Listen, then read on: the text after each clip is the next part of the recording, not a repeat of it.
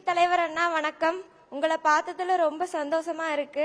ஒரே ஒரு வார்த்தை மட்டும் சொல்லிக்கிறேன்னா, ஒத்த சீட்டுக்கு அலையறவங்க 2 கிராம் தங்கத்துக்கு நாங்க இங்க வரோம்னு பிற்போக்குத்தனமா பேசுறவங்க அவங்களுக்கு எல்லாம் ஒண்ணு சொல்லிக்கிறேன்.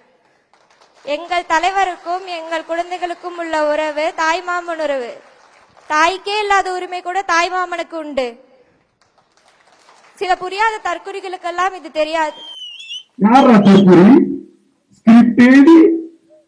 பசங்களை கூட்டு செலக்ட் பண்ணி அதுல பேச வைக்கிறீங்க. அது எங்க பாயெல்லாம் துப்பா போட்டு நிக்கிறாங்க. இந்த படத்துல முழுக்க முஸ்லீம்கள் என்றால் தீவிரவாதிகள், முஸ்லீம்கள் என்றால் குண்டு வைப்பவர், முஸ்லீம்கள் என்றால் இந்த தேசத்தின் விரோதி என்று காமிச்சீங்க.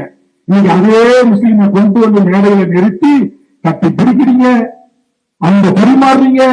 அதே முஸ்லீம் பாய்களை கொடுத்து கலர் கொடுத்து பேச வைக்கிறீங்க. எங்க மன்சூர் மேல பேச வைங்க. அமர்ந்திருக்கிற தமிழக வாழ்வுரிமை கட்சியின் தொண்டர்கள் தான் இந்த மண்ணின் வாழ்வுரிமை சிக்கல்களுக்காக களம் கொண்டார்களே தவிர எந்த ரசிகர்களும் கலங்காடவில்லை, எந்த கதாநாயகனும் கலங்காடவில்லை. ஆனால் இந்த உண்மையை உடைத்து பேசுகின்ற போது பல பேருக்கு ஆத்திரம் பொங்குது. இன்றைக்கு கூட பள்ளி மாணவிகளை இட்டு நமக்கு பதில் சொல்லுகிறார்கள். பாவம், நாங்கள் தற்கூரி என்று எங்களை சொல்லுகின்ற அந்த தற்கூரிகளுக்கு நாங்கள் சொல்லுகிறோம், தமிழக வாழ்வுரிமை கட்சியின் வரலாற்றை வேல்முருகன் என்கிற என்னுடைய பக்கத்தில் பதிவு செய்திருக்கிறேன். கட்சி தொடங்கிய காலத்திலிருந்து தற்கூரிகளே தெரிந்து கொள்ளுங்கள், படித்து புரிந்து கொள்ளுங்கள். ஆனா இன்னைக்கு கேட்கிறார்கள் தற்கூரிகளும் தருதலைகளும், வேல்முருகன் யார்? வேல்முருகன் யார்? நீங்கள் எல்லாம் சினிமாவில் கட்டிப்பிடித்து ஆட்டம் போட்ட போது, அரைகுறை ஆடையோடு ஆடிக்கொண்டிருந்த போது, தமிழர் விடுதலைக்காக களங்கண்ட தமிழ்நாடு விடுதலை படையில் பணியாற்றியவர் வேல்முருகன்.